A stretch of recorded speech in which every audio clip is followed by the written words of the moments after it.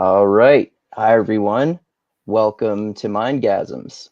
So, we've got Tristram here, aka Mask, resident fantasy nerd and MCU expert. And we're going to have, and I am Andrew, aka original Spider Man zealot, Mindgasms. Uh, that's too long to even fit in there. And we're going to have a little bit of a nerd debate here about the new Spider Man movie, Spider Man No Way Home, because in my opinion, it does not live up to the hype. To the hype, uh, I put does Spider Man No Way Home suck in the title? I don't think it sucks. I just think it's not anywhere near as good as all the people who said it was like amazing, one of the best Spider-Man movies everywhere, and all that kind of stuff. So, to start off with, what are your thoughts in general about the movie? Well, just like this was provoked by a comment from you, wasn't it? Where you were like, "Man, this kind of like movie like disappointed compared to how it was built." And Hmm. I think one of the things I didn't really disagree with any comments that Andrew made, but one of the things I think is this movie, I think, absolutely achieved what it wants to be. Now, I don't think that this movie is um, like an amazing movie. I don't think that. If this movie came out on its own with no context, I don't think this movie would stand up against something like, The Matrix, right? Which I just think is, as a standalone movie, just stands up. You can go and take anyone to see that and then go and go, that had a plot, it had power, I get Yeah, it. But I was telling a few of my friends, this is a bit of a tangent, but I'm going to be a sperm donor for a lesbian couple, and I was asking a few of my friends about baby names, and I thought, I hadn't really thought about it. Trinity or Galadriel for a girl, or Frodo, Neo, or Sam for a boy. and you call me a nerd. Yeah, yeah, Anyway, but no. By the way, I think all of those names can fly. They're yeah, good. Frodo, I think you're pushing it, but all yeah. the other because Sam is the one that kind of sounds like a quote unquote normal name. yeah, Sam, you could totally get away with it. And let's be honest, Sam is the hero of Lord of the Rings, Yeah, exactly. straight Yeah. up. But even like though Galadriel is very fantasy-esque, it's gorgeous. You know, Hmm. it's a gorgeous name. It sounds lovely. Like I don't think any girl's gonna be like, "Hey, Dad, how dare you call me Galadriel?" Like that sounds cool. Yeah. Um, yeah, and Neo and Trinity just sound awesome. So like you Hmm. can get away with those as well. But so yeah, yeah. So like what I'm saying is, I don't think it's like an Oscar film at all. I don't think it's even like an epic one, but I do agree with a lot of the hype that it was absolutely emotionally powerful and cathartic, not necessarily because it's this epic film that maybe you could argue is overhyped, but I would argue almost every movie these days is overhyped to an extent, which sometimes spoils it. But I think Spider Man No Way Home absolutely and conclusively achieves what it's meant to be, which is a nostalgia love letter to the people who've loved the Spider-Man movies over the last 20 years. It is absolutely all you guys who kept hoping that the Spider-Man universe would work, and you dedicated and you tried to get into every series. And when the Andrew Garfield one went in, you're like, you know what? I'm going to just try this one as well. And when they did it again in the MCU, you're like, well, at least now finally it's combined. I'm just going to throw my love to this as well. And didn't get angry about it and didn't try and get like, oh, I can't like that one because I like this one. You guys who are just in it for Spider Man, like, this is for you. And it allows you, with the multiverse that already exists in the MCU, to have your cake and eat it. And we are going to do all the shout outs and all the memes that you want to see. And we're just going to give you it all. And as one of those people who the movie was aimed at, who's maybe a little older than you, Andrew, who's maybe coming from a different like perspective because of that, it was for me entirely successful. Like I because it hit all of those points. Now, like, is the teenager hero an absolute idiot in it? And does he cause a problem that there is no need to cause? 100% he does. But that's what Peter Parker always does. Like if you read any of the comics, like he causes a lot of his own problems by being a teenager. Like he was like the teenager superhero. Like we forget that now because teenager superheroes are normal. Like of course, almost all the superheroes like kids learning their own way. That was not the case. When Spider-Man came out, that was really unusual. And his point is that my everyday life problems cause huge problems for me, even though I'm an awesome superhero. And that's exactly what he does. He tries to have his cake and eat it and screws up. I don't think that's out of character. What I think is out of character and maybe not good, and I think it's a weakness in the film, is that Doctor Strange is nerfed. He is. But I think Yeah. Doctor Strange is nerfed in every movie that's not a Doctor Strange movie. Like in Doctor Strange movies, Doctor Strange does some amazing stuff, and then you see him in the other movies. Like, why doesn't he do like what he does over there? Like, why is he like suddenly stupid? Like, because like you start and no, stop. And like someone who can deal with millions of possibilities at once can't handle a kid asking him some ridiculous questions. Like, can't just go, look, I'm just going to ignore Peter and like go, no, I'm not listening to your. No. But anyway, for the plot to happen and like gets beaten by maths because Peter can figure out crazy angles, even though whatever, Yeah. that's not a thing. But so yeah, are there weaknesses in that movie? Heck to the yes. But does it meet the criteria of a Spider-Man story? Absolutely. Did I like physically just feel myself cheering when Andrew Garfield walks onto the screen? Like absolutely. And I kind of knew, but I didn't know, which is great. I avoided spoilers, right? Like I didn't look at anything.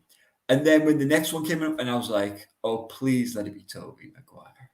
Just please let it be Tobey Maguire." And it was Tobey freaking Maguire. Yes, yes, this is what I came to the cinema to see. I actually stood on my chair, like I brought my feet up onto my chair. I was so excited, and that is what cinema should do to you. It should make you feel something. Now, my wife, who is like, "Yeah, I'm up for an MCU movie," was like, "Yeah, yeah, bit stupid, yeah, but it's an MCU movie I'm watching because my husband brings me to these things." But for what I'm saying is, so I agree with your point that it's absolutely caused by the stupidity of a teenager. Some of the plot does not make sense. Why does his mate suddenly get a ring and can like make portals? Like even though it took Yeah. ages to figure that out, he's like just gets it first time. I'm like, whatever. How do you get that? But they just do that to make the plot happen. But the return of the villains was great. The acting of Doc Ock and Green Goblin was, in my opinion, top notch. I think Fox got to show his acting chops in a way he didn't get to do in his actual movie, and so I thought that was very well done and good. The premise of the You mean plot, Electro, right? It's about Jamie yeah, Foxx's Electro. Yeah. yeah. But the people who stole it acting wise are definitely Doc Ock and Green Goblin. Their moments were amazing. Those guys acted the crap out of that, and like you could see that these are seasoned actors who just did a great job. And then the other thing this film does that I believe that is epic, which I believe was an absolute success, and I'd be interested in your thoughts, is I think it gave a deliberate catharsis to multiple plot points. So it allows Peter to do like the whole you can't kill bad guys or like whatever, and Peter, you have to be better than this. I don't know if I'm really on board with Aunt May's idea, and that like you've got to be so good that you've got to be better than this. I was like, didn't like it, but that's the plot they're going with. Fine, but the fact that when Toby stops him doing the killing, like actually holds it, when he was the one who let him die in his own movie, that progress, and the fact that they kept Tobey Maguire old, right? So he's a Spider-Man who's lived a life as Spider-Man, yeah, and had him give a bit of like wisdom from, you're at the beginning of this journey. I've seen where it goes, right? I love that. And when Garfield catches the girl and she doesn't die, right? Some of us read the original Spider-Man comics. And I'm talking way back in the day when he catches Gwen and she dies. It's one of the classic Spider-Man scenes. It is tragic because superheroes don't do that. That doesn't happen. You always catch the girl. And it's a classic, powerful Spider-Man moment. And they absolutely, that's like one of the things that really worked in the Garfield ones. It was powerful. They didn't pull a punch on it. And then to allow him to do it here and not die, to have it work, was just brilliant catharsis for Garfield, who didn't get to end his films. People were hoping for a third. The second one wasn't good enough, so they didn't get a third. So it gave a denouement to all of those characters, closed the loop on all of them. And also, of course, they got to have Aunt May give the little Uncle Ben speech and die, which was always a problem with this, for me, with this one. It was always a problem for me with this Spider-Man, that they didn't have the Uncle Ben thing.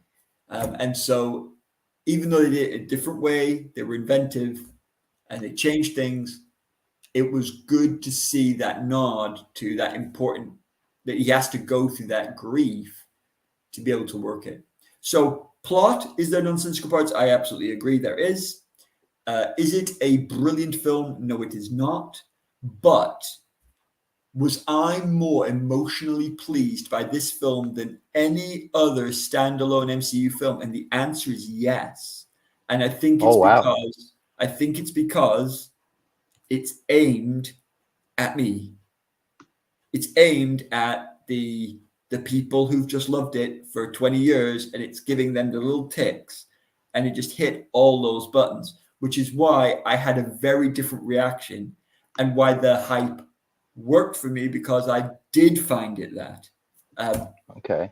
But emotionally, not intellectually. Okay. Anyway, All right. Yeah.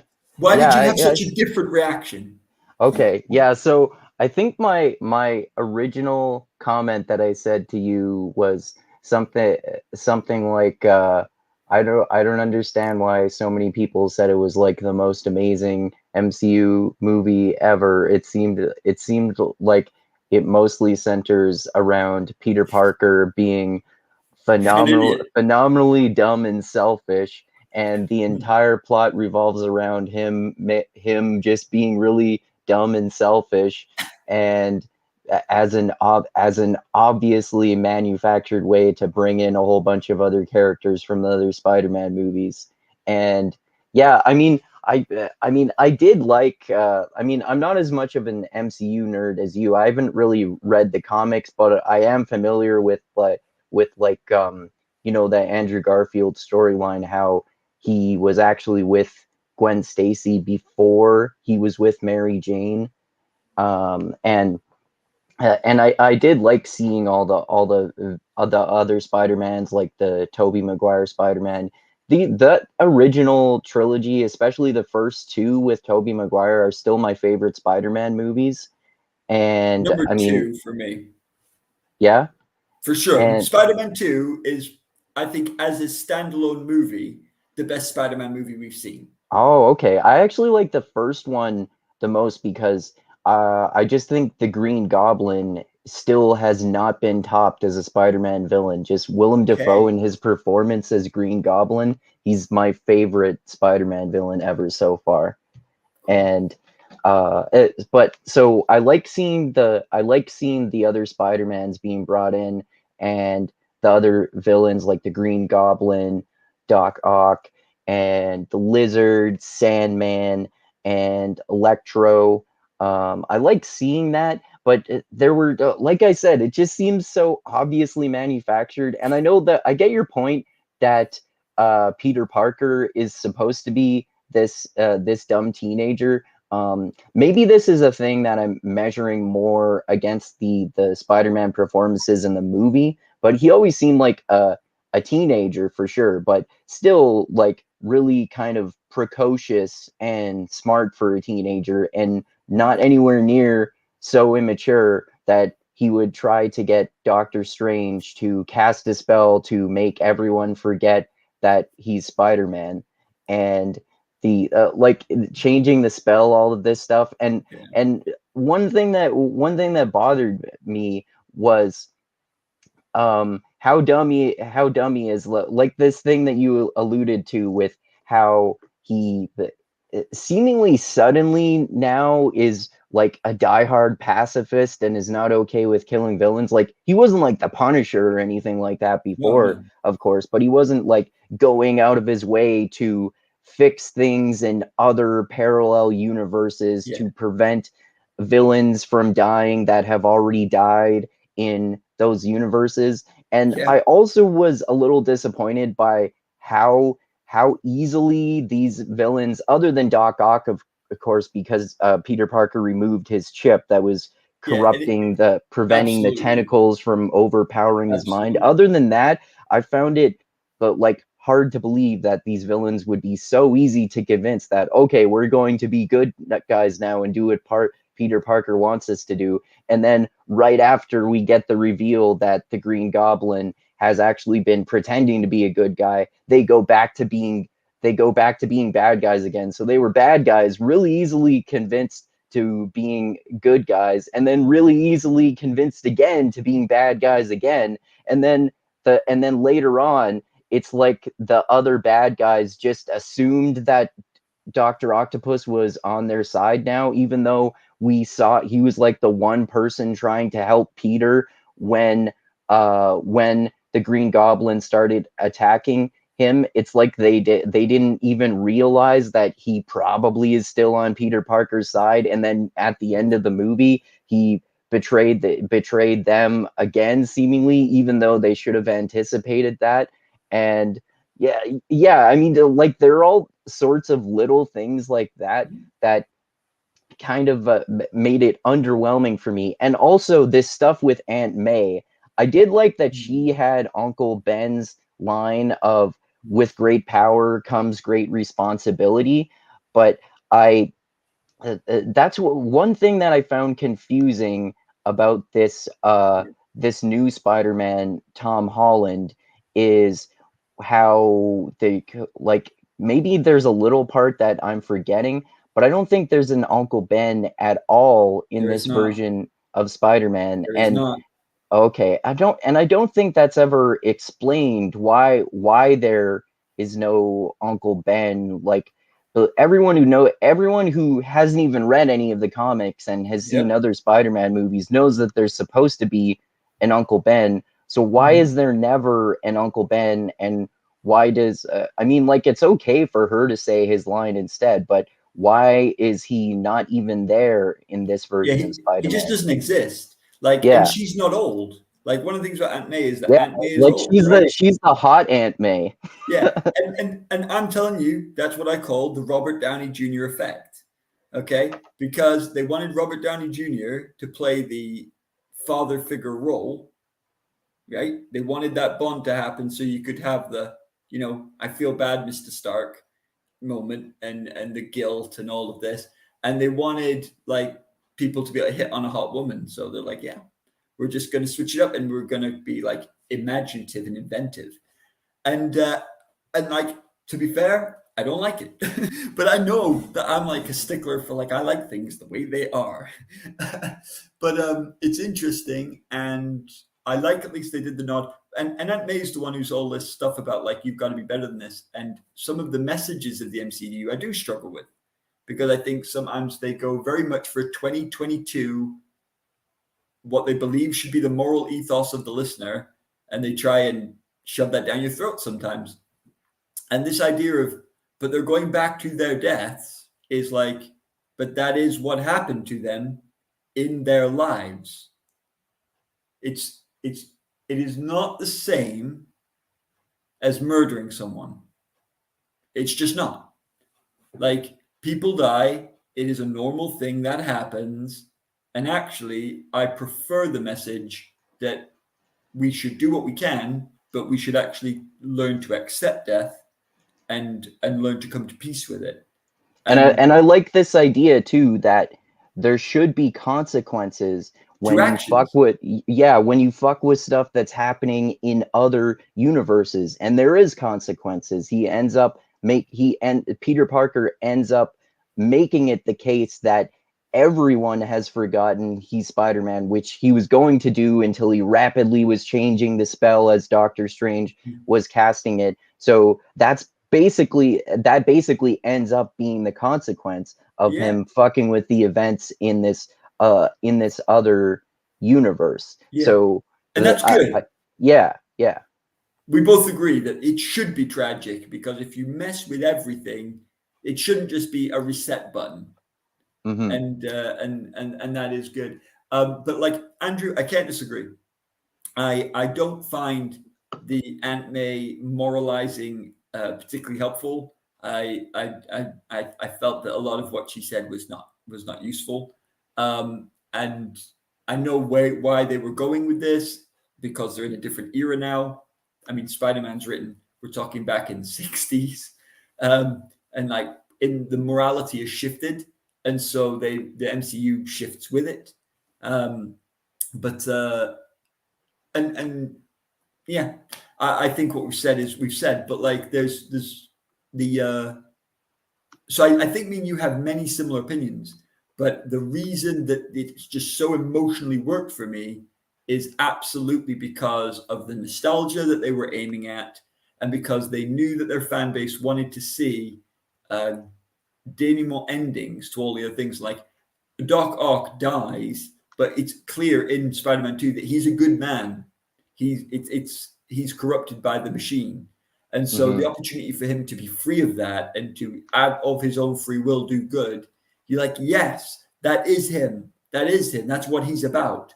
And the point about Green Goblin so interesting is that Norman Osborn's not a nice guy, but he's not the Green Goblin, right? Mm-hmm. It is literally a problem that you think, well, maybe Norman is turning good, right? But the point is, even if he does, if he gives the Goblin control, will he not go straight back? Mm-hmm. And so it's like there's always that tension. And Sandman was portrayed as someone who was good, and even Dr. Connors. If you look at all, they chose villains who all had moments of goodness. Electro is just a big Spider-Man fan at the beginning, Mm-hmm. and then is corrupt. And so it's they chose their villains wisely.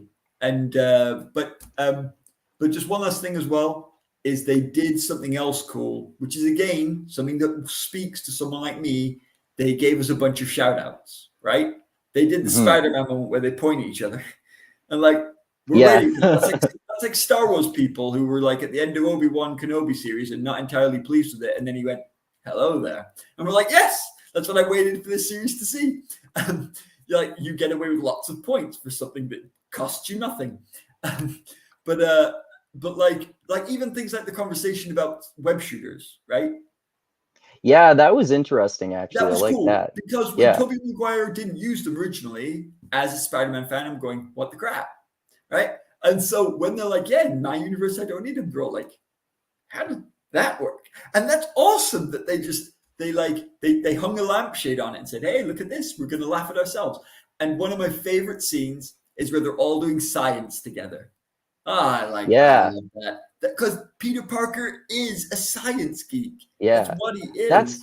that's one thing that like as I mentioned earlier, that bothered me about him being so dumb in this movie. Like he's a precocious genius scientist who can invent all this amazing technology and stuff for curing bad guys with the serums for the Green Goblin and stuff With like their that. help of Yeah. the adults who have had the experience. But I agree. I agree. But I would just say one thing that for me, I can accept it for this reason. Peter Parker is established as someone of great intelligence and low wisdom. and, Oh, and okay. and that is true to his character. Like in the comics, he's portrayed that way. Like he's heart of gold, right? Heart of gold, super smart, but low social emotional intelligence. And like he constantly screws up with his girlfriend, constantly ends up disappointing his aunt and uncle when he should know better. And he doesn't mean to, but he does that all the freaking time. And like you're like, just turn up to your girlfriend's play, dude. Just Yeah, do yeah. that. And actually, you've got to let one or two shop robberies happen, and like just do what's good for yourself occasionally. But he just doesn't. And then he screws everything up, and then he gets really traumatized about it, and then he throws the whole thing out. It's like, right, I'm not going to be Spider-Man at all. And you're Hmm. like, no, that's not the answer either, Peter. But you know what? That is a teenage response. And Hmm. I have an 11-year-old daughter now, and it's often like upstairs is working, but in here is in charge. And like sometimes she just makes crazy decisions, and I'm like, but you know that's stupid. Like, like you know that, and she's like, yeah. I'm like, then why? And it's like my friends or boys, and you're just like, but that shouldn't be a thing yet. And it's just crazy that like sometimes they know. And I think that's what I would say. I would say in a D&D character stat sheet, high intelligence, very low wisdom. Right. Yeah, it's just okay, another just little thing. Well, that should be more consequential than it It was, I isn't. think. Well, actually, there were a few things actually. One thing that I like that you mentioned actually is that Doctor Strange is really nerfed in this movie. Like Spider-Man super easily incapacitates him for basically the whole movie. And then Yeah, another thing that that really annoys bothered me. me near the end of the movie was when they're trying to defeat all of the villains, and Yeah, all three Spider-Mans are working together. That part was cool that they're it working was together. cool. But then Green Goblin stabs Tobey Maguire, and it's like, oh, it's no big deal. I've been stabbed before. Like, what? That should have at least caused some serious fucking damage. Like, what is going on there?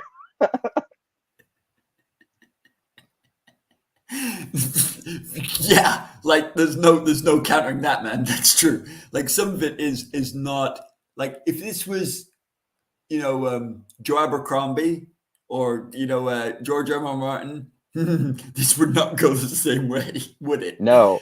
For those of you who have no clue in your MCU, we're talking about grim dark authors who like try and really follow through with consequences. Like if people get Oh punched, they yeah. get punched. If you get stabbed, you get stabbed. And if they chop your hand off, it doesn't just grow back, right? Yeah, yeah. Joe If you get Abercrombie, tortured, you are injured he for life the and most stuff. like Joe Abercrombie in his first Law series. I think he does like the most realistic and chaotic combat and just Yeah, sloppy. Like people are going all over the place. So I aimed his axe at his head, but he ducked somewhat. So I chopped the top of his skull off, and it's yeah. all like All I'm saying gruesome. is And there are if he'd been consequences. stabbed, he would have been stabbed. Like Yeah, there would have and been he would have at consequences. least almost died.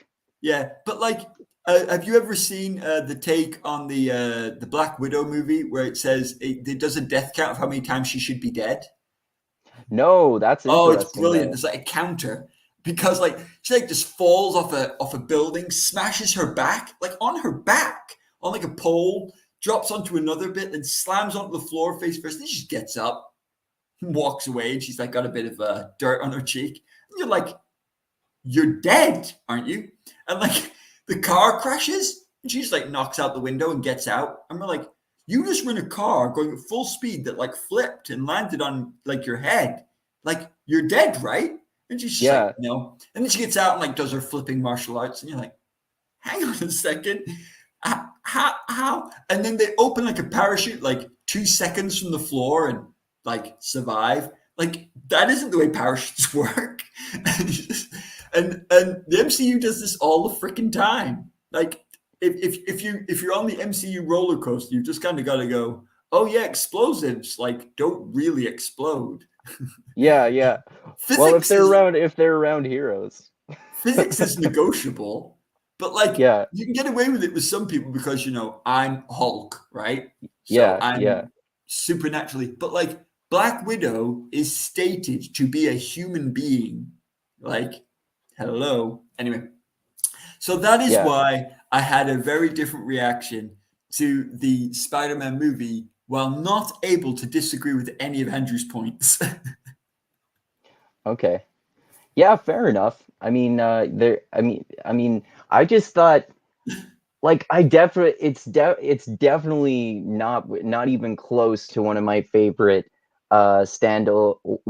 favorite MCU movies if you look at it as just an individual movie. I mean, I think my favorite is probably Avengers Infinity Well, War, that's not a because standalone movie. You can't have Infinity War. You I got to know pick it's one of not. the I know it's not a standalone movies. standalone movie, but if you're just like ranking, if you're just ranking individual Yeah, MCU but movies, I let's would say say, that's my favorite. That's my favorite MCU yeah, movie, probably because I like it when the bad guy wins. So I thought that would have been a ballsy end to the Avengers if they just had Thanos win and wipe out half the universe.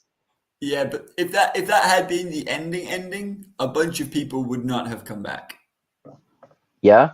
Yeah, I'm calling it now. Yeah, Okay. but because that is ballsy, and the reason it's ballsy is because it's not popular.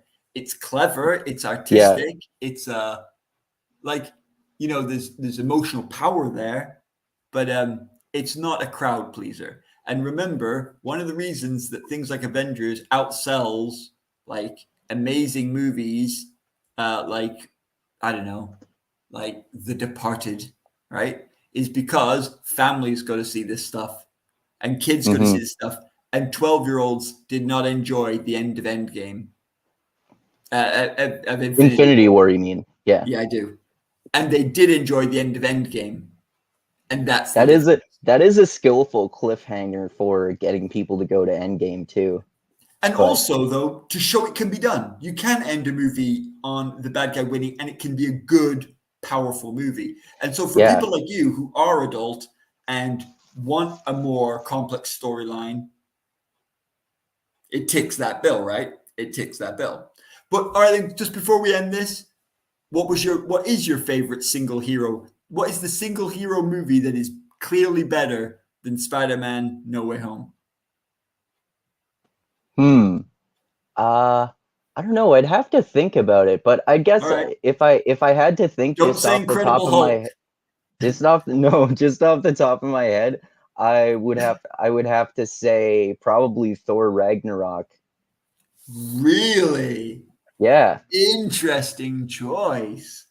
Because like, Yeah, I like it because it's probably my favorite in the Thor movie, in the Thor series so far. I haven't seen the newest one, but I like that they kind of go the comedic route in it, and I like it more than the first two movies for that and reason. and you say my wife would say the same. She loved Ragnarok. She thought it was hilarious. But a lot of my big MCU fan friends hate Ragnarok. Like, one of their lowest ranked for the same reason, right? Because they Oh, leaned really? into because they leaned into the comedy, Oh, okay. and they feel that the movie isn't serious, that it removes Thor as a genuine hero and treats him more like Oh, comedy relief in okay. his own movie. Um, What do you whereas think about it? I, I, I'm one of the things we've noticed from today's chat, listeners, is that I am easily pleased. If you give me certain things that work for me, like, I'm going to love your movie, and so I'm not very critical. Again, don't like touch stuff I absolutely love, or then we get problems. Hello, Wheel of Time, but Yeah, especially the ending of but season it's just, one. but like, but on the whole, if I go to a movie, I'm extremely likely to enjoy it. Movies I'm not going to enjoy, I typically don't even go and see. I've got a wheelhouse anyway. So when I went to see Spider-Man No Way Home, I knew I was going to enjoy it, but it exceeded my expectations because I hadn't been spoiled. I hadn't followed any of the internet stuff, hadn't watched any of the trailers, hadn't talked with people about it. Because I'm an old dad now, instead of like hanging out with my guys, it's easier for me than ever before to like avoid spoilers, even though I'm in the fandom. And so I was able to go, and I genuinely didn't know like Tobey Maguire was in the movie. And that was so cool. Like when I saw the first like evil guy turn up, I was like, oh, they've brought someone back. What a cool shout Hey, out. it's Doc And Ock. then they're like, oh, they're doing that. Oh, they're doing that. And then I thought, is he coming? Are they going to do all three? Or like, did they only manage to get Garfield onto this? And then they brought him in and they didn't try and de-age him and make it like they're all young kids again. And they just played the differences and accepted the similarities.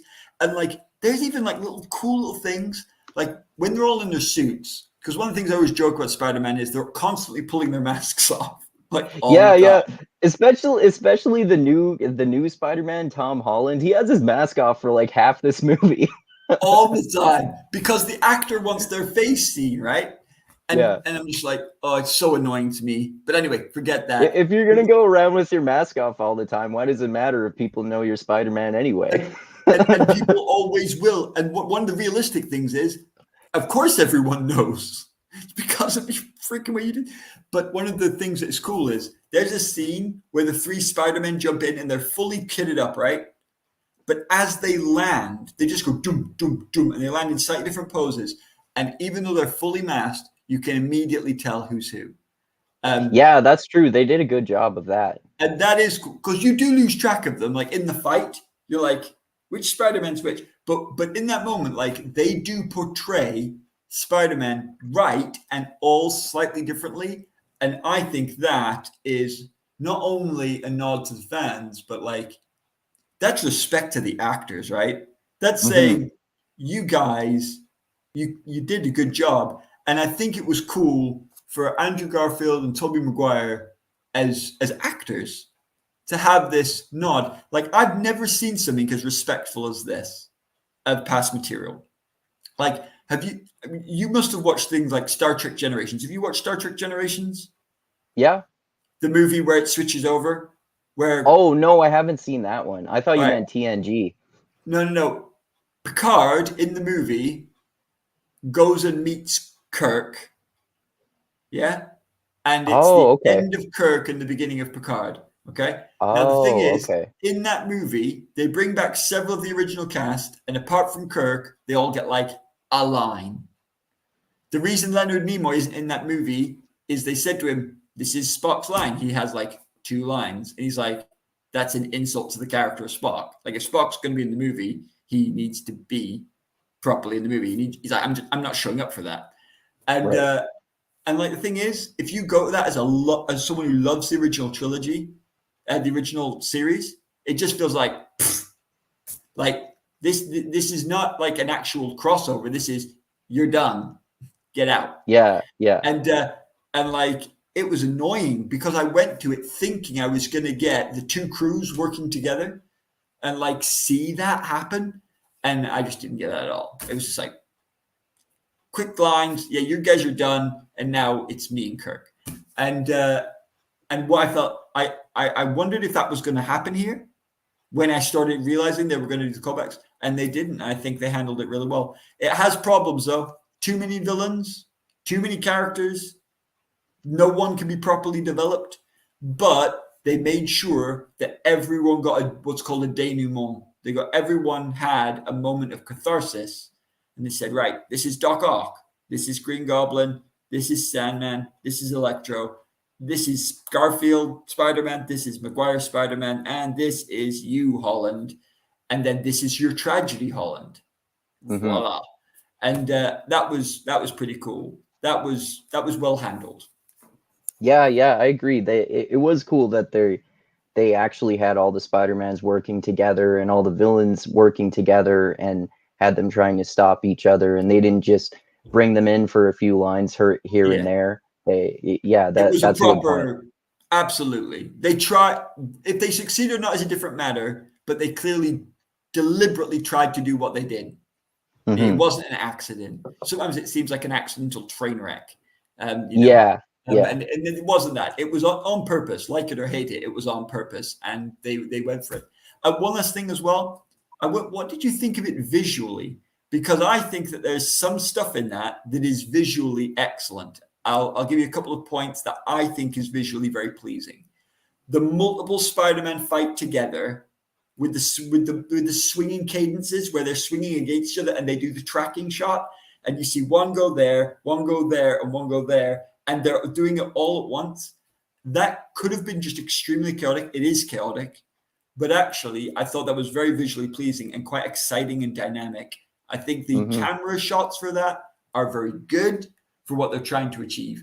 And they did some close-up stuff, like the triple landing was very good. That's it's a set piece, right? That's for the trailer. but it's cool, and we wanted it, and that's a great still. And then there's other things like Toby catching the vial for injecting Green Goblin, that's sliding it to kill Green Goblin, and he grabs it and holds it. That image is amazing. And the Andrew Garfield, like the callbacks. You mentioned this too. I forgot to mention that it was cool.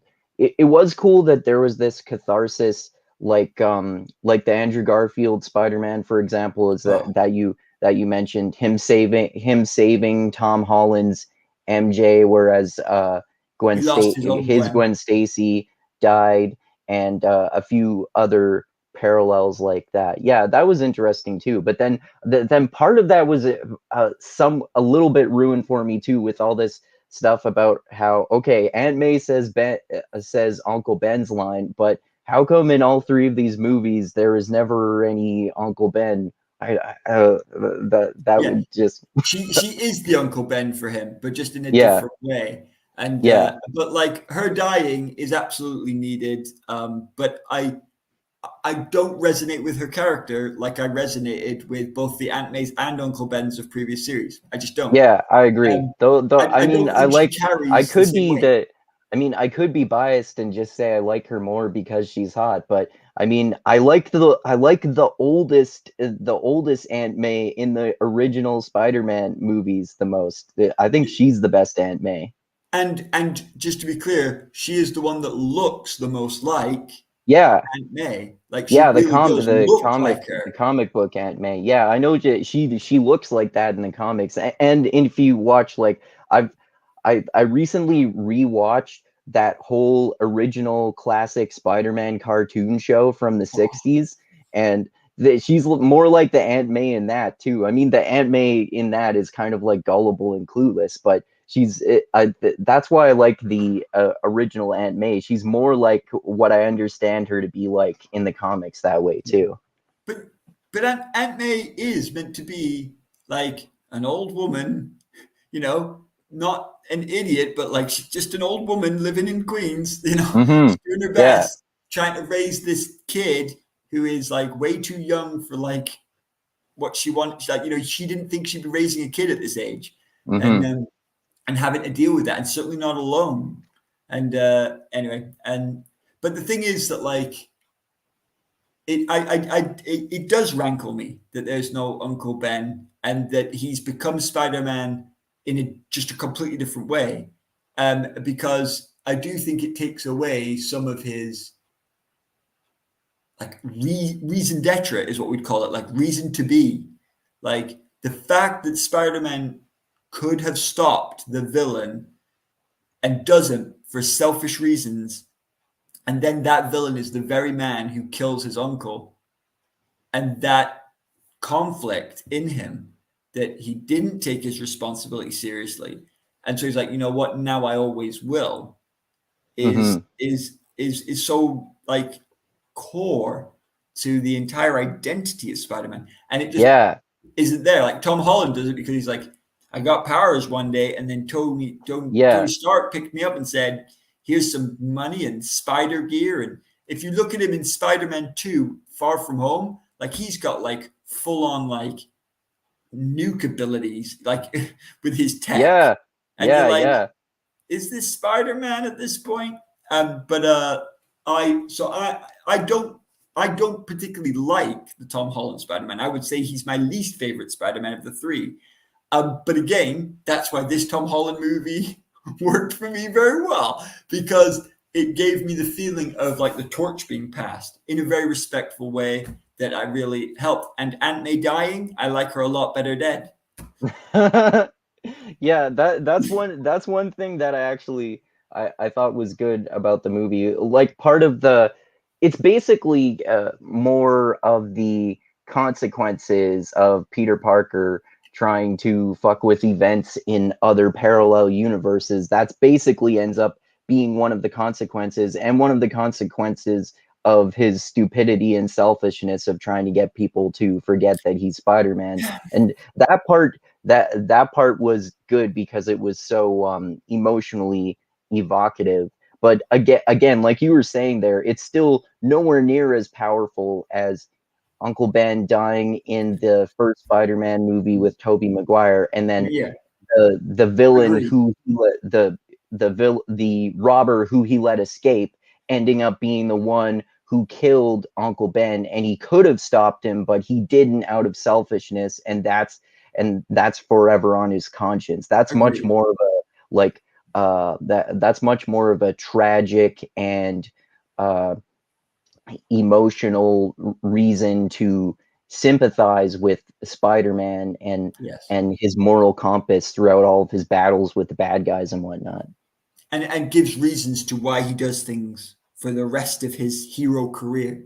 Mm-hmm. And Mm-hmm. and like I should care, but like when Aunt May died, like yeah, like I'm not. I know people did react to that. I did not find that emotionally tough, and I am Yeah, like well, like I said, maybe that's more so with you than me, but I did find it I got what they were trying to do, and I did find it emotionally evocative. But I thought this doesn't seem as earned or as tragic, anywhere near as tragic as Uncle Ben dying in the original Spider-Man series or and anything like like I that. have a problem with that. No, I agree with you, right? And that's the problem because that actress has had 3 movies to build that, and yet we still only feel, huh? How many lines does that Uncle Ben have in Spider-Man 1?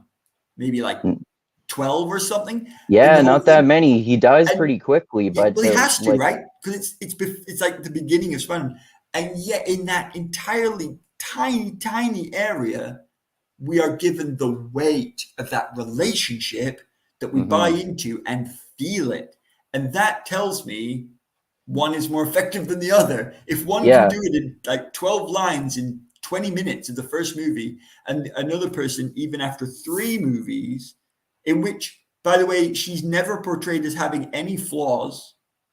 Um, Mhm. all the True. people who interact with her are Tony has flaws, Happy has flaws, and Spider Man has flaws, but she is never portrayed as being the one who's by the filmmaker. She is never portrayed as being the one who is wrong. She Mhm. is correct in all the interactions she has on screen, and yet, and and yet, I'm not pulled in, and so that's a problem for me Mhm. as a successful character. But anyway, we Yeah, I agree.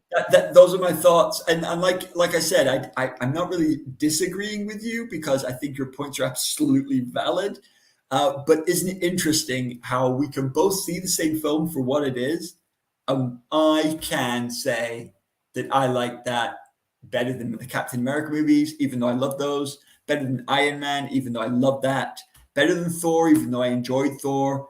Like I genuinely would say that I had more like squealing fanboy moments in this movie where I was just like, I'm so glad I'm here tonight. Like this is one of the movies I'm glad I've lived long enough to see. Right, Um, right. and like that's just how I felt, and it's and not by accident. I think they Yeah, aimed it at me, and I was totally ready for that buffet of cheesy one-liners. I was like, "Yep, yeah. I'm signed up for this." Yeah, that's fair. And your how much you like a movie is highly subjective, of course, right? And I have some This well, case like proves it. yeah, like I have some takes that are, sometimes unpopular for movies for like the opposite reason. Like I like that new Matrix movie, for example, although I definitely see the the merit of all of people's complaints about it, and I see all of those errors. And I didn't like it. I definitely didn't like it as much as the other movies, but I'd still like it. Like I was telling my friend the other day, I would the Matrix movies 10 out of 10 for the first one, 9 out of 10 for the second one, 8 out of 10 for the third one, and 7 out of 10 for the fourth one. Partially because I love all the philosophical layers of philosophical and Yes, spiritual meaning in the second and third movies, which I know people yes. don't like as much either. But that's still But very yeah, cool. Like yeah, the yeah, architect conversation is great cinema, and a lot for of people sure. don't think it is, but it is great cinema. If Yeah, you actually decode that, and you are exactly the kind of person who will, I bet you really thought about it, like properly, because that's how your mind is. Like when I first watched it, I was like, eh.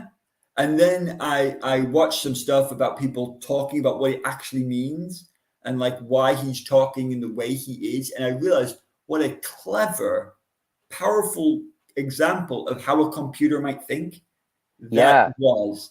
And like the way the TVs are used in the background, like they used cinema to tell a story.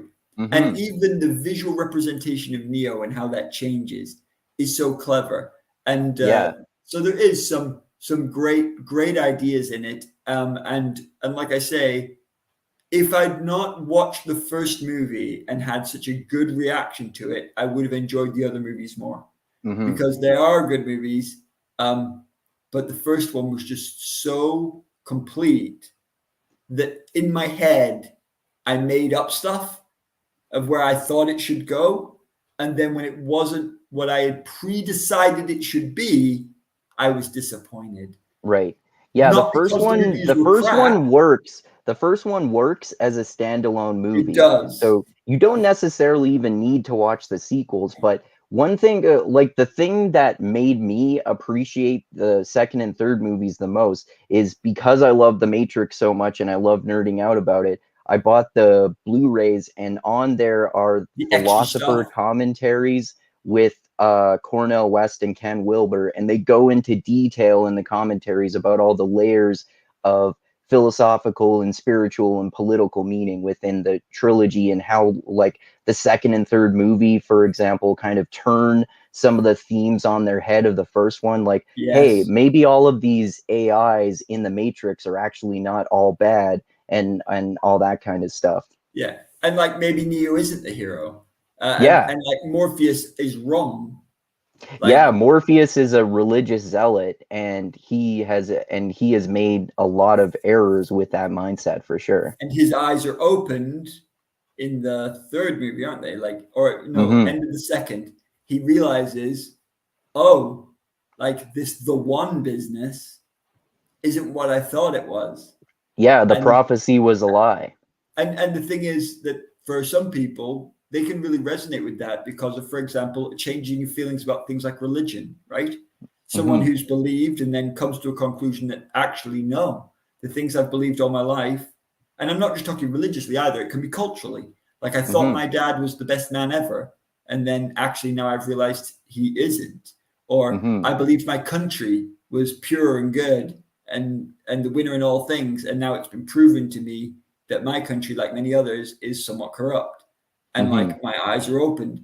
And that experience of something that you've loved and believed in and really genuinely put your whole loyalty to, not being what you thought it was, is really, it takes balls to put that in a film. Hmm. Uh, and to say the guys you were behind weren't actually right. They're not evil, but they weren't right. And say, can you swallow that and still root for them? Hmm. And yeah, I think the Matrix is amazing. Anyway, we're not talking about the Matrix All right. because we've got to move Yeah, on. that was a One day nice we will. tangent. Oh, We'll have like a Dusty, why the Matrix is one of Andrew's favorite ever series, and we'll just go for it, but not tonight. yeah. Oh, for sure. Oh, Dusty commented and said Cam Wilber looks weird. Yeah, the he normally shaves his head, but he recently started wearing this weird blonde wig, so he does look silly that way. But yeah, he's Anyway, a brilliant philosopher. All right, yeah, anyway, I think we've fully explored Yeah. the our likes and dislikes about the new Spider-Man movie, No Way Home, and how we kind of have different takes, but both see the validity of each other's points, I would say. So yeah, I hope you enjoyed this little nerd debate slash conversation about it. Let us know your thoughts about it in the comments and other movies we mentioned, like the Matrix series.